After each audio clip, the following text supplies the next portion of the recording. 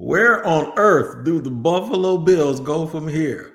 Maybe the same place the Ravens go. I'm going to talk to Kevin Ostricker about that in just a second here on Locked On NFL. The barbershop is open and Tony Wiggins has a chair for you. He's ready with some real NFL talk.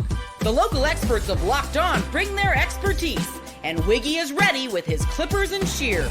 Sit down and enjoy. The new Locked On NFL starts now. Locked On Podcast Network. Your team every day. It is your team every day here on Locked On NFL. We thank you for making us your first listen. It's always a double dose of the top stories from around the National Football League with the use of the local experts that know your team like no one else. And today, I got my man Kevin Ostricker here, and he's going to break it down. But first, got to let you know the show is sponsored by FanDuel. Super Bowl 59 is here, and there's no better place and no better way to make every play more exciting than with FanDuel Sportsbook. New customers can bet just $5 and you win. And if you win, you'll score $200 in bonus bets. Download the app to head to FanDuel.com to get started, which is what we are going to do here. I'm going to give you a quick rundown of everything we're talking about today. All right, first and foremost, we're at the end of the show, we're going to go New York, New York. No, that is not an old rap song. That is about the Jets and the Giants and the directions both of those teams are going. But first, we got to get to the stuff that everybody's talking about. The Super Bowl matchup is real polarized. And I personally think it's a real good game with two teams that got 34 wins for the whole season. But some people, like I say, Kevin, they're going through this fatigue they have with greatness, and they want somebody to beat the Chiefs. So we'll talk about that. But where do the Bills go from here? It's very appropriate that I talk about this today because I think they're in the same place with the Baltimore Ravens. What are y'all going to do, man? Somebody got to be able to knock Patrick Mahomes. We don't need to go up there and make Cincinnati have a good team again so Joe Burrow can go do this job that people seem like they have a hard time doing. Do we, Kevin? No, we most definitely do not. And I think that it would be very poetic to have it be the Chiefs or for the Chiefs to have the Ravens or the Bills knock them off of that pedestal. I mean, look, you want to talk about it. The Bengals did beat the Chiefs. The Bengals have done that. And they should have beat them twice. Yeah, for these two teams, it's just like they can't get over that hump. And whether it's turnovers, bad execution late, like if the Ravens and Bills, it's interesting because they're in very similar spots, but they're also in very different. Like the Bills are going to have, and we'll talk about it, but the dead money the Bills have coming off the books this upcoming offseason is massive. But there are always going to be conversations when you talk about Lamar Jackson, when you talk about Josh Allen, there's always going to be that asterisk next to them until they can get to the Super Bowl. And we talk about the Chiefs wig and we say, oh, this regular season, the Chiefs, oh, they're not playing very well. They're going to be an early out. They're not going to win. Like they're going to find a way to lose. And here we are year after year, 7 straight AFC championship games. They're potentially going to have a 3-peat Super Bowl wise. We cannot continue to get fooled into thinking the Chiefs, regardless of the regular season they have, they're going to show up in the playoffs, and it feels that way. Ain't no we. Don't we me. I didn't because I'm telling you, I did not get caught up into that trap with everybody else. I said, oh, man, don't worry about them. They just wait until the playoffs. Well, I tell you something that did happen. Something happened, and Joe Marino was almost omniscient where he kind of called it out, and he said, look, this is 3 different views of Joe Marino as put together by our crew at Locked On. And I feel bad for Joe because Joe actually said what they have to do, and they didn't do it. Check this out. The Bills have beat this team the last 3 years in the regular season, and it hasn't mattered. Like, you know what I mean? Like, so wake me up in January when they play again, and that's the one the Bills need. It feels so empty to me that the Bills are 3-0 literally the last 3 years against Kansas City in the regular season. One of them a pretty convincing win, and then the others winning the tight games, right? The things that everyone says the Chiefs get all the good luck. Well, it happened to the Bills the other 2 times. So it's like a game of high magnitude, and maybe if Denver makes that field goal, it's a little bit different because then it's literally for the number 1 seed. But I mean, for as much hype as there is, I mean, I'm so indifferent on this game because it just literally hasn't mattered the last 3 years. Happy victory Monday to you. The Buffalo Bills defeated the Kansas City Chiefs 30-21 and improved to 9-2 on the season, while also handing the Chiefs their first loss of the year. For the fourth time in 5 seasons, the Buffalo Bills season is over, courtesy of a playoff loss to the Kansas City Chiefs. And the Chiefs once again are headed to the Super Bowl in a result that pretty much nobody outside of Kansas City wanted to happen. Obviously, the Bills have to figure out how to have the breakthrough because once again, their season is over because they can't beat Kansas City in the postseason. Well, that's agony, agony, agony, man, and I can hear it in his voice. You don't feel too sorry for Joe and them, do you, based on, the way things went last week, do you?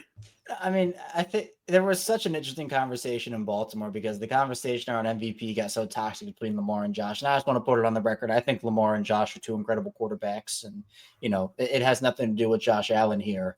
But I think the media narratives surrounding Josh and Lamar are just super different where, we heard after Lamar lost that game to Buffalo, it was all, is Lamar to blame for this loss? Is it time to Lamar this?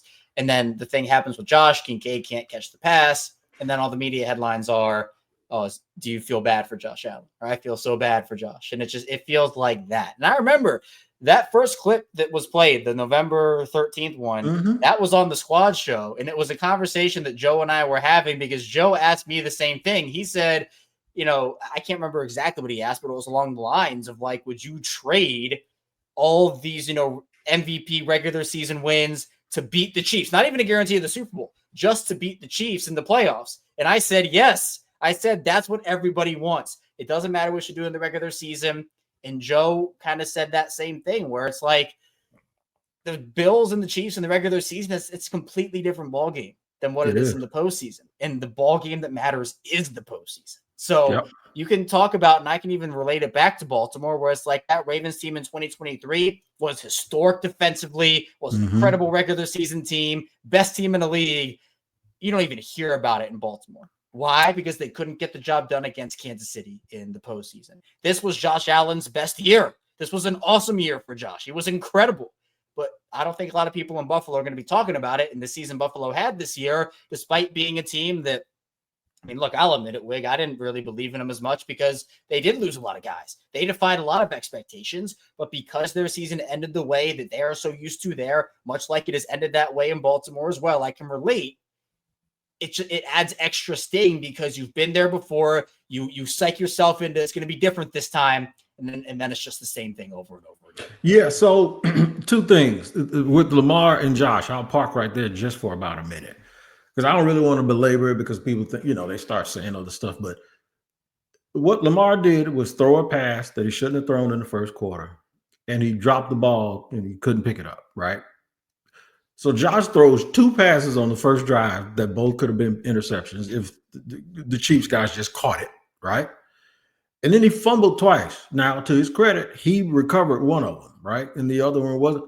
So the actual action was the exact same thing. And even the drop by the tight end late in the game that could have resulted in a tie because their kicker can kick it from Syracuse. So he was going to make that field goal. If not, them winning the game. Mac Hollins probably catching some one-handed ball. But my thing is the actions of both quarterbacks was the same. The result was different. To know, it wasn't on them that the result was different, right? But somehow they get treated the same, and they don't get treated the same. And it's crazy to me. And that's just because I think that's where Lamar is. And people can talk about it all day, but he has accomplished so much that they expect more. I'm going to make sure that people understand that that's what I think it is. I think the reason why I think they're holding a dude to a higher standard, and they might not even be doing it on purpose, but that's what they're doing because I think subconsciously they feel that he's accomplished more than the other dude. Well, and I'll say this: I am okay with that. I am okay with Lamar being held to a higher standard as long as he's not put into conversations with the quarterbacks that aren't held to those higher standards. Because you can't have it both ways. You cannot say, "Is Josh Allen better than Lamar Jackson? Is Joe Burrow better than Lamar Jackson?" and then hold Lamar to higher standards because he has. What if he wins the MVP this year? It'll be 3 MVPs. You either put him in a conversation with Mahomes or right below Mahomes, and then everybody else below Lamar, or you can put him in the conversations with Lamar, with Josh and Joe and all those other quarterbacks, but you then can't hold him to the high MVP standard. So I'm okay with Lamar being held to those standards. I'm okay with it. but you can't put him in the lower conversation tiers if that happens. Yeah, and I'll say this too. One of the things that I do notice is that when people were talking about them, they were saying, "Well, Lamar has better teammates, so therefore he gets, he has better teammates." Almost as if to say it was easier. But everyone also knows that they put a lot on Lamar, whereas Buffalo, as you have seen in the playoffs, they run the football and they don't ask him to do much anymore. So that's almost an oxymoron too. You're saying that one guy has better teammates, but it's clear that one guy has to do things at a very high degree of difficulty as opposed to the other guy. So I don't know, man. Sometimes it just gets crazy. I tell you what doesn't get crazy, and that's the fact that the Chiefs are back where they are, and a lot of people don't like it. It's very, very polarizing. My boys from Peacock and Williams are going to tell you about it in just a second as we roll along here on Locked On NFL.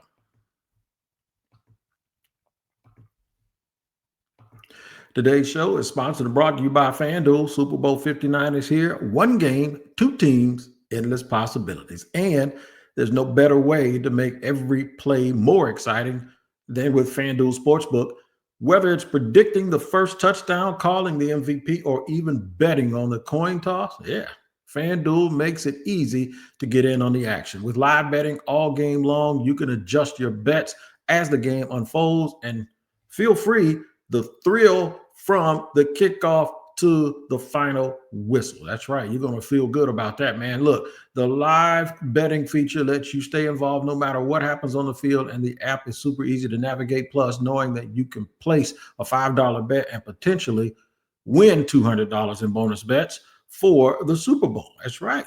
That's icing on the cake. Download the app or head to FanDuel.com to get started.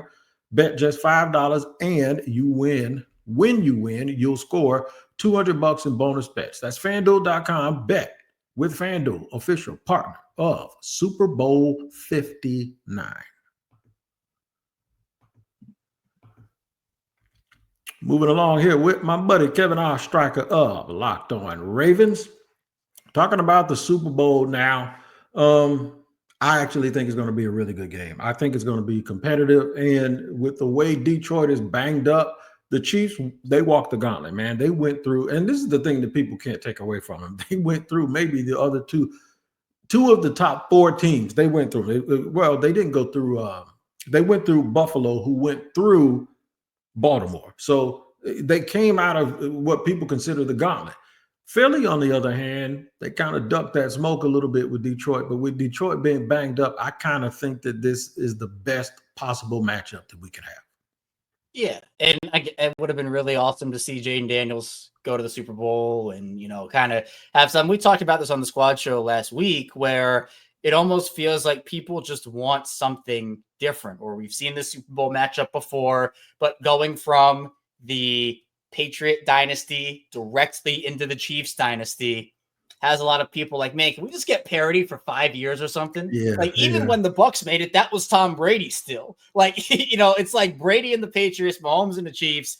You can't take away the greatness. And I know people will bring up the refs and bring up this and bring up that, but 7 straight AFC Championship games doesn't happen on the backs of the refs. I mean, you obviously have to have a lot of skill, a lot of talent, a lot of history to get to that point.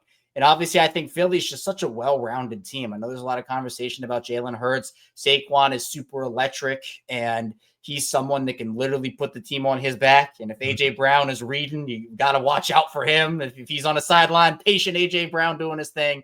So I think that this is going to be a good game. I know just because it's the Chiefs again, people aren't as excited for it as opposed to something new.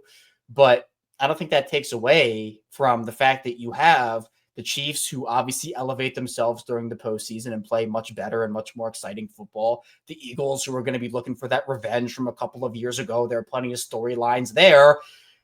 I'm not taking away from the fact it's going to be a good game, I think. All right, now check this out. I have a theory as to why Kansas City is so successful, other than the fact that they're very good, right? And they're great at the positions that matter. But we're going to listen to the guys from the Peacock and Williamson show make even a comparison to Michael Jordan. Check this out. Josh Allen, Patrick Mahomes, got to be a rough night of sleep last night for Josh Allen with another historic level of played good enough to win, still did not win. 100%. And just off the top here, I bet most of our listeners and most of football fans were rooting for this matchup least. It's a little redundant. We've seen a lot of these teams lately, but I don't know that you can argue that they deserve it. It would have been great to see Lions, Bills, and one of those teams finally gets a Super Bowl, and those fan bases are incredible. But yeah, Kansas City goes every year, and it's for a reason. It's not because the refs love them or Taylor Swift. They just are always in control. They've been there. They've done it. When the chips are down, who are you going to bet against? Whoever they're playing, not the Chiefs. There's no question about that. And you feel for the Bills, and you feel for the Ravens. These are great, great teams that are stuck in an era where there's just a Michael Jordan situation. I'm sure Patrick Ewing was great, but he was in the same conference as Michael Jordan. I'm going to get your opinion on that in just a second, because you're one of those teams that's trying. You're like Charles Barkley up there. You know what I'm saying? In Baltimore. And I know you guys aren't ready to concede that. But here's something. If I say Joey Blameyer, nobody would know who I'm talking about. If I say Brendan Daly, nobody knows who I'm talking about. You know why? Because one of them's the linebackers coach, one is the quarterbacks coach for the Chiefs. And they sit behind Matt Nagy on offense and Steve Spagnuolo on defense. And nobody is giving Spagnuolo or Matt Nagy jobs anytime soon, if they ever get another head job. Kansas City has incredible continuity in their coaching staff because those guys aren't getting hired anymore. Baltimore lost damn near their whole defensive staff and some of their personnel department, right? You can attest to that. Detroit lost them this year, but we'll see what they do next year. Philadelphia changed OCs and DCs. They've had this is their third set now they've had in 3 years. So all of these other teams, even Buffalo, switched offensive coordinators. Those teams did good by still being able to compete. But when it comes to that little bit of familiarity, that little bit of it's like a computer program. They have continuity in their staff and they have continuity in their players. It's a huge factor. And I think that's why so many people, across the league are trying to aim for that continuity, whether it's extending. The Bills probably ecstatic that Joe Brady is sticking around, or the Ravens just signed Todd Monken to an extension. They're probably ecstatic that he's sticking around, because you look at a team like Kansas City, and even though, Eric Bieniemy moved on a couple of years ago and they brought in Matt Nagy, as you talked about there, the system remains the same.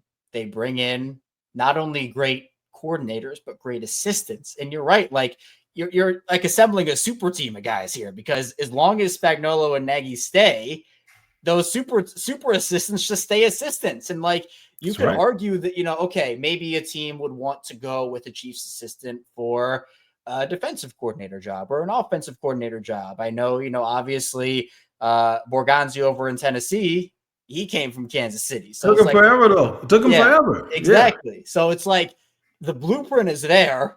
I just don't think teams want to follow it because they want to be their own version of themselves.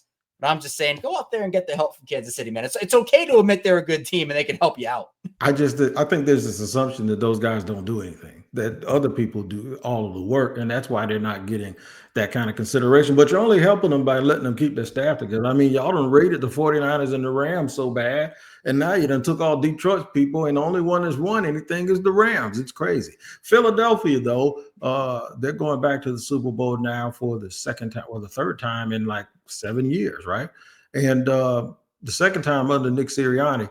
My man Lou Debiase says that Jalen Hurts is the reason they are advancing to the Super Bowl, not Saquon Barkley. Check this out. Saquon Barkley might have been the reason the Philadelphia Eagles made it to the NFC Championship, but Jalen Hurts is the reason they're going to play in the Super Bowl. I'm Louis Debiase, host of the Locked On Eagles podcast. The Eagles put up 55 points on the Washington Commanders to punch their ticket to the Super Bowl, the second time they've done that in the last 3 years, and a huge reason for both of those appearances is QB1. Jalen Hurts heard the critics all week long. He heard all the praise for Jaden Daniels. He showed the league how special he is when things are clicking on all cylinders. 20 of 28 today, 246 passing yards and a touchdown, no turnovers. He had 3 rushing touchdowns. This was Jalen at his ceiling. And now, what do the critics have left to say about this quarterback? The discussion should be no longer, can Jalen Hurts win a championship? it should be, is Jalen Hurts the greatest Eagles quarterback of all time? He's got one more, but this was a legacy performance from QB1. I love Louis, man. But Louis, we just finished talking about Josh Allen and Lamar Jackson not being able to beat, and we just talked about all these dudes not being able to beat Patrick Mahomes. Louis basically sounded like Jalen's already done it. I'm sitting there thinking like, hey, man, you better hold on now. You're talking about Patrick Mahomes. For him to win, he has to do something that no one has done in the Super Bowl. Yeah, and Louis did say there's one more. So, with Tampa. I'm sorry. Tampa beat him, but you know what I mean. Yeah, I know what you're saying, for sure. Mm-hmm. But I think that, Louis is right. There's one more to go. If Jalen can do it, then I think that conversation is fair game. 100%, because let's be honest, not a lot of people have been able to do it. You mentioned Tampa, it's very rare that happens. And to me, Jalen's gotten a lot of criticism over the last couple of seasons. He had a great year a couple of years ago and has kind of fallen off a little bit from there. We've talked about how he just doesn't look as assertive anymore, and there are a couple of other issues that Jalen has had. But I think one of the best things that the Eagles did for him was bring in Saquon Barkley to alleviate some of that pressure off of him. No to doubt. The fact where, I'm not going to call Jalen a game manager. I think he's better than that. Mm-hmm. But I think that he is able to just manage things around him without having a ton of stress. And that's not an indictment on Jalen, by the way. I mean, the Ravens and Lamar and Derrick Henry was the exact same situation. You bring in Derrick Henry to alleviate pressure off of Lamar. You bring in Saquon to alleviate pressure off of Jalen Hurts. And I think that makes those guys better quarterbacks when you're not putting 50 million things on this guy's plate. Saquon can take away some of that from Jalen. And I think we have seen, especially in these games here, where all the defense is focused on Saquon. We got to stop Saquon. Well, hey, Jalen Hurts, people forgot about him. And we saw, even with the 8 of the tush push, which is not illegal yet, by the way, they can still do it, despite how many times the Commanders want to jump off sides. That's one of the big reasons I think that Jalen's having some success here. I think he was brilliant yesterday, and he was so brilliant that not only did Saquon have a brilliant game, not only did Devontae Smith, in the limited times that he touched the ball, look great.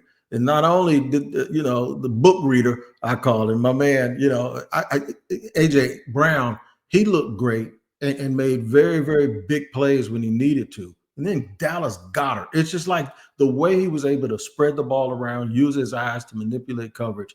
And then something else that was real critical that he did, he was able to throw the ball away and avoid those big losses on those sacks. So he held the ball a little bit long, but then he was able to get out of the pocket and get rid of it. And that was allowing them to extend possessions and keep down the distance where they needed it to be. All right, so we've talked about the good in the league, all the playoff teams, and now we got to get to the bad. We're going to New York City, just like in the movie Life. New York City. We'll hit that in just a second to talk about a new day for the Jets and the same old stuff going on for the New York Giants. We'll talk about it in just a second here on Locked On NFL.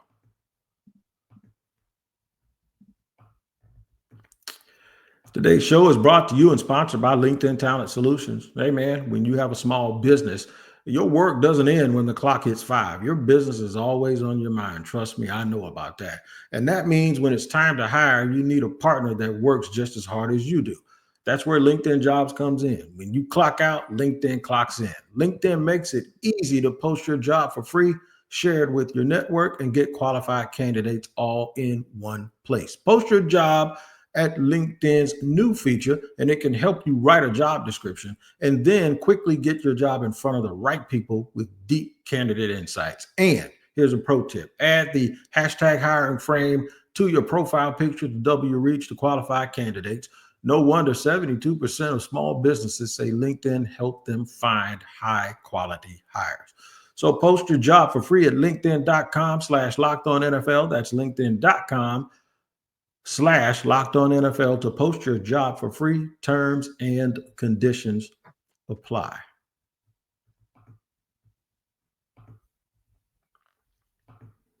All right, third and final segment here on Locked On NFL, talking about playoff teams, Super Bowl teams, chances of winning, what's it going to take for these guys to stay.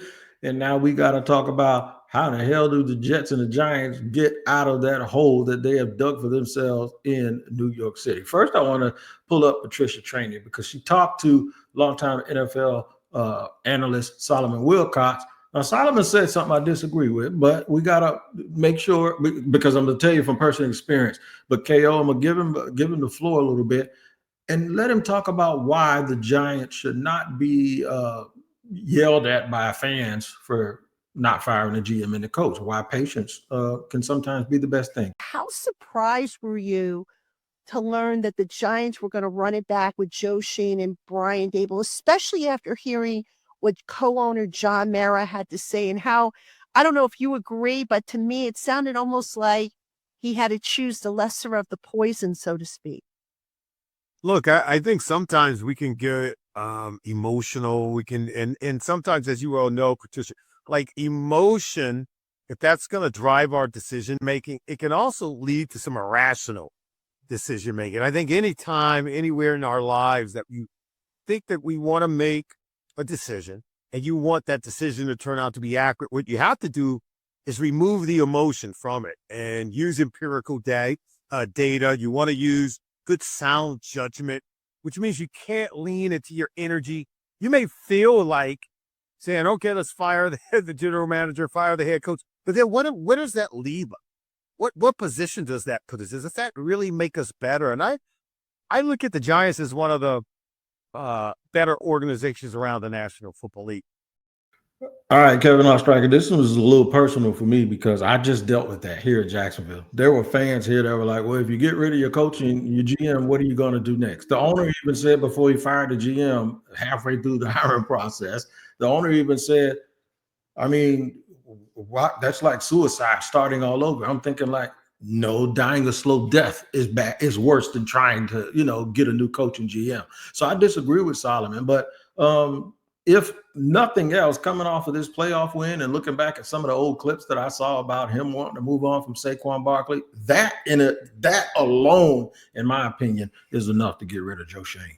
Yeah, I agree. I think it should just be a hard reset there. And the idea that it is scary to move off of a coach or a general manager, I can understand and appreciate it. Mm-hmm. But at the same time, it's like, you're running a football team here and a product that the goal is not just to tread water. And it'd be one thing, Wig, if the Giants were like slowly improving every year. Maybe they like just missed out on the playoffs, or like they have the Giants have no direction right now. They have no team right now.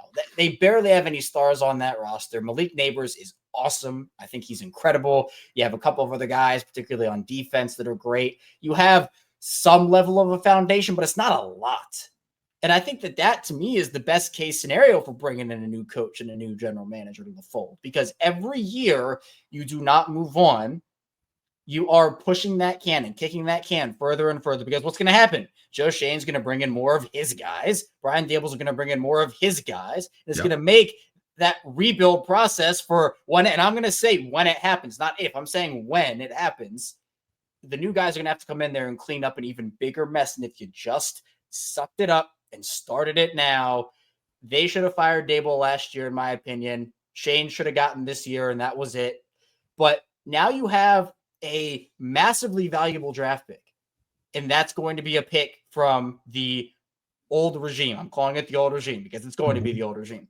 It's a pick from the old regime where you could have started your rebuild process with the new guys in there. They pick their guy and you move on. But who's to say the guys that are going to come in next are going to want the guy the Giants take with that pick? Right. So it's just a messy process, and I don't agree with it. Yeah, man, me either. I don't agree with it either. I thought they should have had a hard reset and used the pick they have this year to maybe try and get a new guy here to get them a quarterback and have that quarterback and coach combination. Now the Jets made a hire.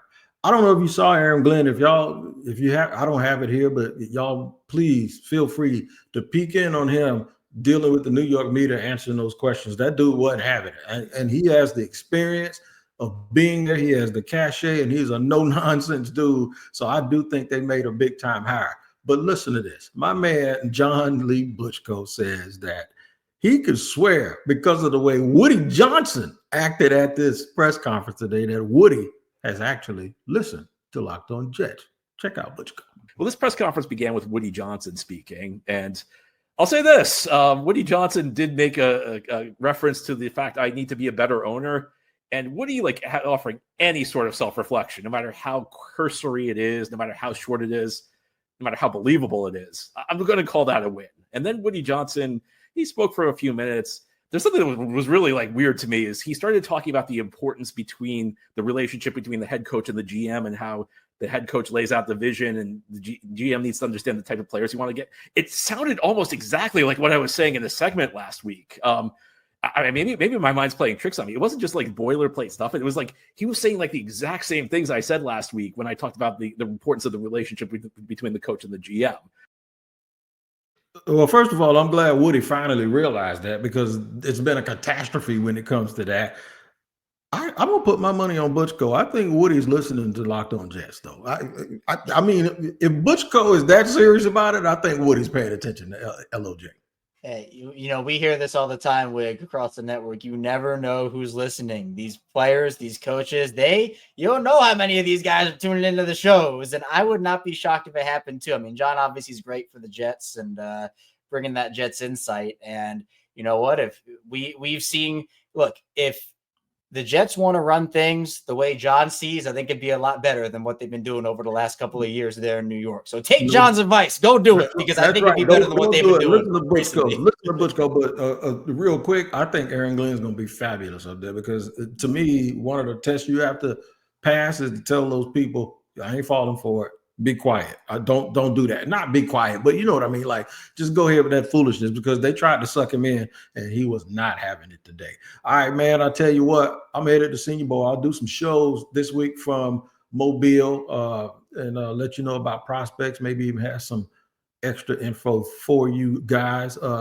Senior Bowl don't mean nothing to the Ravens, though, because they got all those good players up there. The Jaguars, we need to be over there, right? I need to go take the whole team any good player you can get, you're bringing them into Baltimore. I know it, man. All right, for Kevin Ostricker, for Tony Wiggins, y'all make sure y'all tap in with my man Tyler Rowland in the morning because it's going to be like a double shot of espresso. Slide on over here, and I'll be right back in the barbershop with you with David Harrison on tomorrow. I'm sure he'll have a lot to say about Washington and their efforts. All right, you guys take care of each other. We'll see you next time here on Locked On NFL.